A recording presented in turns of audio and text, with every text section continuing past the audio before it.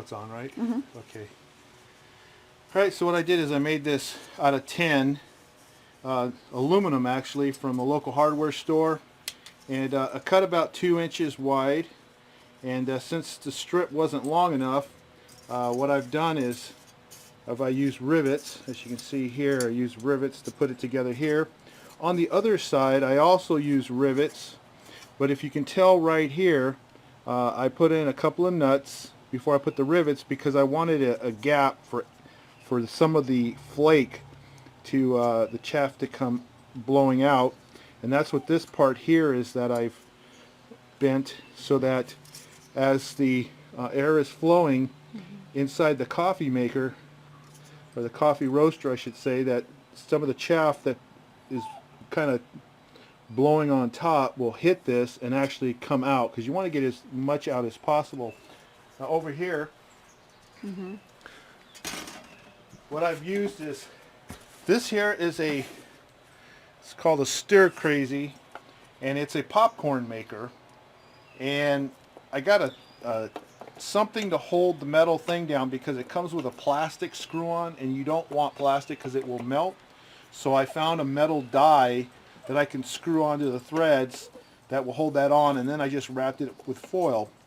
And underneath here, I took the screws out and found the wire to the heating element, and I clipped it. So I didn't want to use the heating element of the popcorn maker. The only thing I want to use this for is because it turns around, and I'll show you that right here.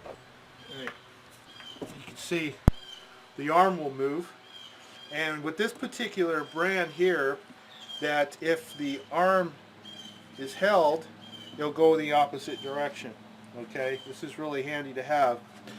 Now the other thing that you're going to need is this here came off of a turbo oven. This is an old one I've had for over 20 years, Galloping Gourmet Perfectionaire, but I believe they're called turbo ovens now.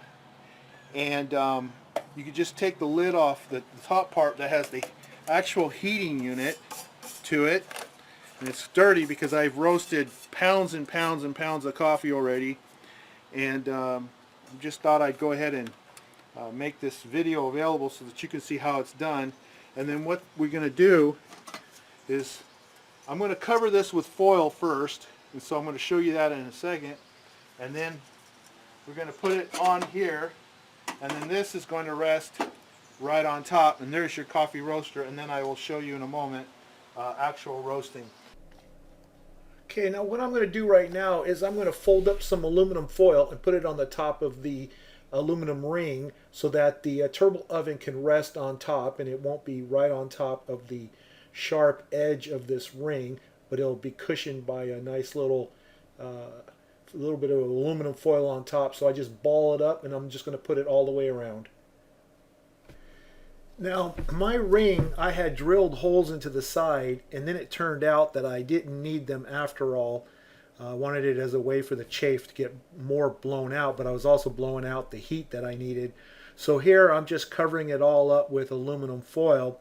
If you don't drill holes into your ring like I did to mine, you can skip this step, except if you want a way to hold that rim of foil that you put on top. Okay, and then that's what it looks like here when it's all covered in foil. Okay, and then it's going to just simply fit on top of there just like that, so that the turbo oven head will go right on top of that, which I'll do in a moment. Okay, and I got me a cup of some Brazilian green coffee beans here, and I'm just going to go ahead and pour that in. Now, that's a good amount of beans there, 1 cup, and I think that should be plenty.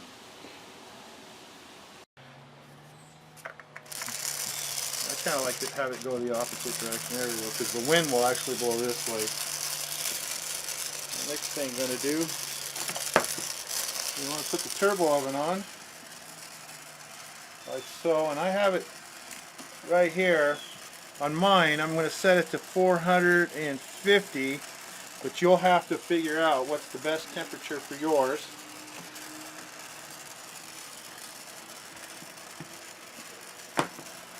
I'll just put, I won't need it, but I'm going to put 20 minutes on here. And I'm going to go ahead and turn that on.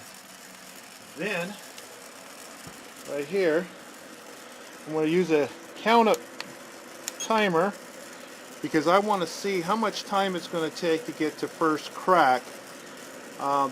It's really good to get to first crack somewhere around 10, 11, 12 minutes, and then the second crack will happen around 30 seconds after that to a minute. And that's basically what I'm going for. So based on the amount of beans I put in, the heat, and how far the heat is from the beans, I want to get an idea of what this is going to do for me, so that each time I can just go ahead and run the timer, and I'll know pretty much that I'm getting close to first crack. I can come out and wait and listen to it. Okay, you also want to get yourself a couple of these, I don't know if it's stainless steel, I guess. It's a nice solid metal colanders. Get 2 of them. Very important, because as soon as we get the second crack, we're going to want to get those beans immediately into the colander, and then we're going to start pouring them from one colander to another and back again to get rid of the rest of the chaff and to cool the beans down as quick as possible. And I'll also use the assistance of this fan right here to help get those beans cooled down quickly. And so I'll show you that when we get to that point. Now here is where I left that opening for the chaff to come out, and you can probably start to see some coming out here little by little.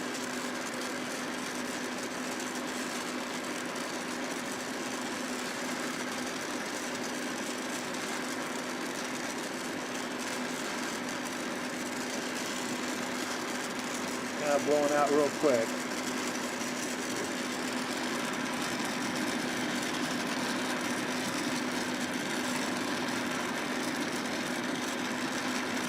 See, that's blowing out.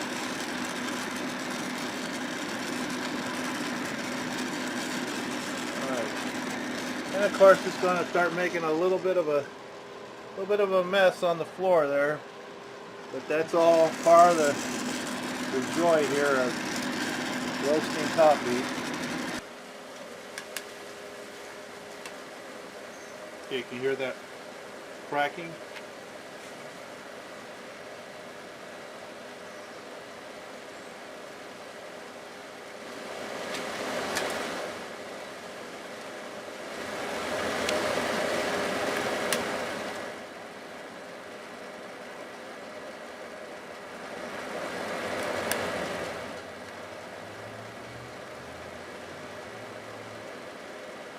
Stop.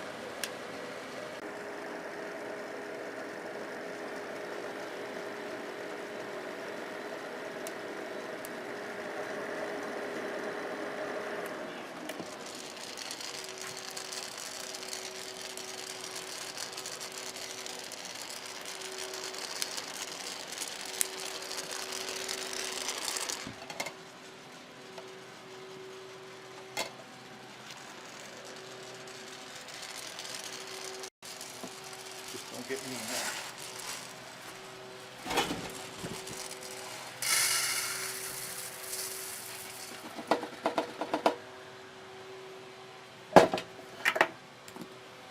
Okay.